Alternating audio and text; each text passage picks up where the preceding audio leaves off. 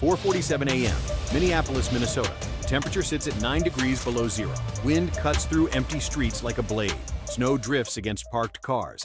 The city sleeps, but 1,200 federal agents do not. Across the Twin Cities metro area, engines idle in unmarked vehicles.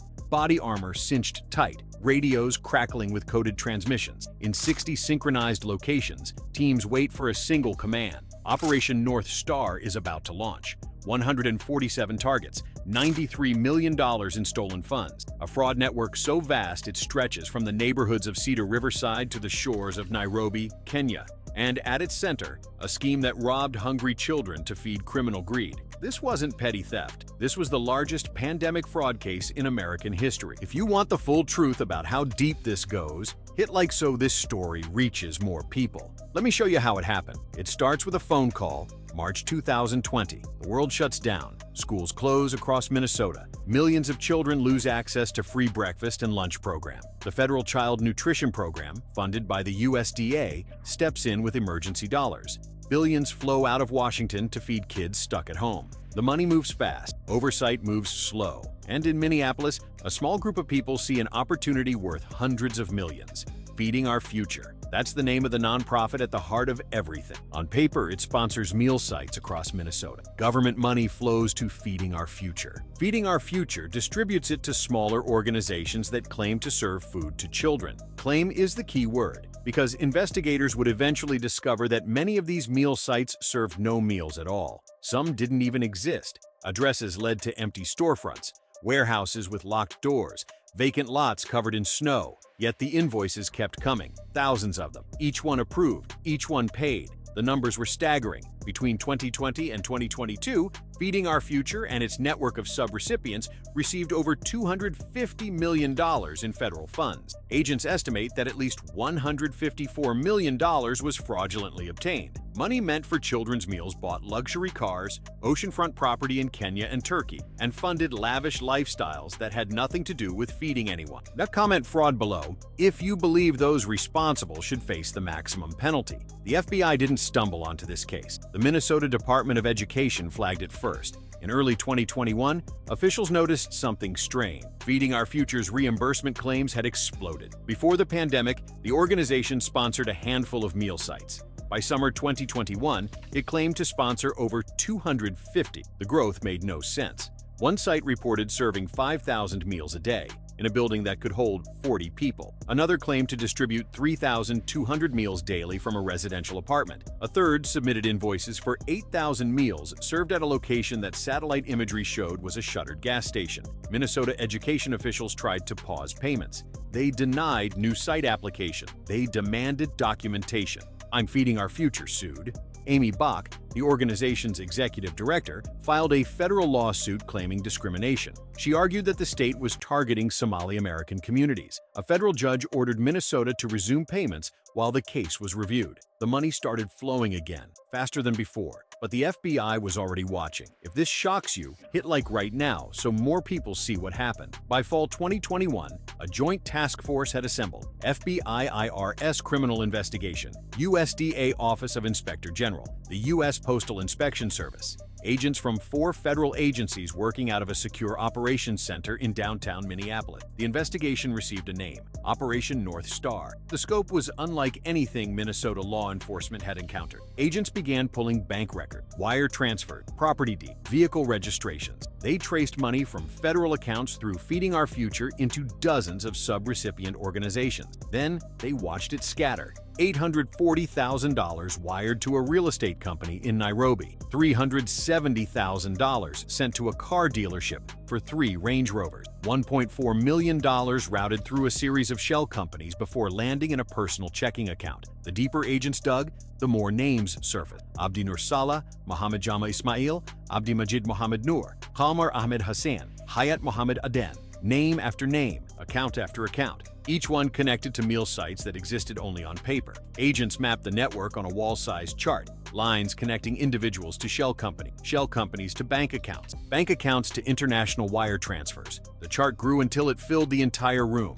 350 bank accounts, over 70 shell companies. Property purchases in 3 countries. This wasn't a group of amateurs exploiting a loophole. This was organized, systematic, and deliberate. Type yes if you're ready to see what investigators found inside the buildings. The warrants came in waves. Federal magistrate judges in the District of Minnesota signed over 200 search warrants between late 2021 and early 2024, each one meticulously documented, each one backed by financial evidence that left little room for doubt. The first raids began quietly, small-scale, targeted. Agents hit a warehouse in South Minneapolis on a Tuesday morning in January 2022, and they expected to find a meal preparation site serving 2,000 children daily. They found an empty room. No kitchen equipment, no food storage, no refrigeration, no tables, no chairs. A single folding table near the entrance held a stack of blank invoices, pre-printed, ready to submit. The invoices claimed $17.50 per meal. Multiply that by 2,000 meals. Multiply that by 365 days. One empty warehouse was generating over $12.7 million per year in fraudulent claim. Agents photographed everything: the empty rooms, the blank invoices, the padlocked back door that showed no signs of regular use. Snow piled against the entrance hadn't been disturbed in weeks. The next site was worse. A supposed meal distribution center in the Powderhorn neighborhood listed an address that turned out to be a residential duplex. The family living there had never heard of Feeding Our Future. They didn't know their address was being used. They'd never seen a single meal delivered. Yet federal records showed $4.3 million in reimbursements sent to that address over 18 months. Share this so more communities understand how taxpayer money was stolen. The investigation shifted into high gear. Undercover operations, confidential informants, surveillance teams tracking suspects across state lines. Wiretaps authorized by federal judges captured conversations that would become devastating evidence at trial. In one intercepted call, 2 suspects discussed fabricating attendance record. One laughed about the ease of it. "Just put names," he said. "Any names, they don't check." He was wrong. They were checking now. Forensic accountants from the IRS Criminal Investigation Division built financial profiles for every suspect. They traced every dollar, every transfer, every purchase. The precision was extraordinary. Abdi Nur Saleh used $3.4 million in fraud proceeds to purchase residential and commercial properties across the Twin Cities. Mohammed Jama Ismail wired $800,000 overseas in a single month. Another defendant purchased a $1.1 million home in a Minneapolis suburb. Cash, no mortgage. The purchases were brazen. Suspects who reported minimal income on tax returns were driving Mercedes-Benz sedans and wearing designer watches. One defendant bought a $240,000 Ferrari and parked it in the lot of the very building where he claimed to be feeding impoverished children. Agents compiled it all, transaction by transaction, property by property, word vehicle by vehicle. The evidence filled over 40 terabytes of digital storage. But the most shocking discovery was still coming. Investigators identified insiders, people within the system who helped the fraud succeed, not just at Feeding Our Future, at banks, at financial institutions. People who should have flagged suspicious transactions and didn't. One bank employee processed over $20 million in suspicious transfers without filing a single suspicious activity report. Federal regulations required it. She ignored them. Investigators believe she was compensated for her silence. If you believe accountability matters at every level, comment justice below. The conspiracy reached further than anyone initially imagined. Federal prosecutors identified connections to at least 5 other states. Money moved through accounts in Ohio, Texas, Georgia, California, and Virginia. International wires reached Kenya, Turkey, and the United Arab Emirates. In Nairobi, property records showed that fraud proceeds funded the construction of residential compounds. Investigators worked with Kenyan authorities to identify at least 14 properties purchased with stolen American taxpayer money. The total overseas real estate investment exceeded $7.2 million. In Istanbul, a suspect purchased a luxury apartment overlooking the Bosphorus. Price tag: $620,000. Paid through a wire transfer routed through 3 shell companies in 2 countries before arriving in a Turkish bank account.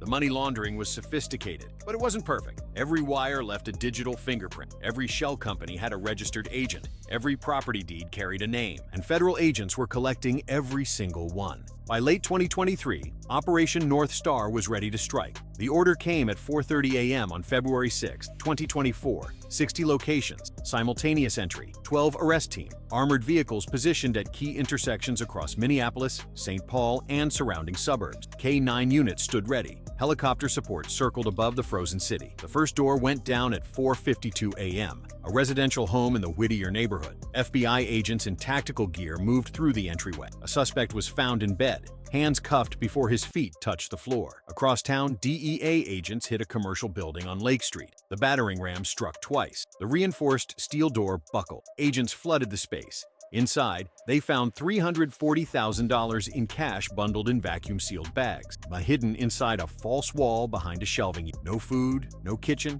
no evidence that a single child had ever been served a meal in that building. Hit subscribe so you don't miss what happens next in this investigation. The raids unfolded like clockwork. By 6:15 a.m., 47 suspects were in custody. By noon, the number reached 91. By the end of the week, 147 individuals faced federal charges. The charges were severe: wire fraud, money laundering, conspiracy to commit federal programs, bribery. Some defendants faced counts that carried maximum sentences of 20 years each. Stacked together, several suspects faced potential life imprisonment. The asset seizures were massive. Agents confiscated $93 million in cash, property, and financial instruments. 47 vehicles, including luxury SUVs, sports cars, and commercial trucks. 21 residential properties across Minnesota. 14 overseas properties flagged for international forfeiture proceedings. Gold jewelry, designer goods, electronics. In one home, agents found $1.8 million in cash hidden inside suitcases stacked in a bedroom closet. The money was organized by denomination,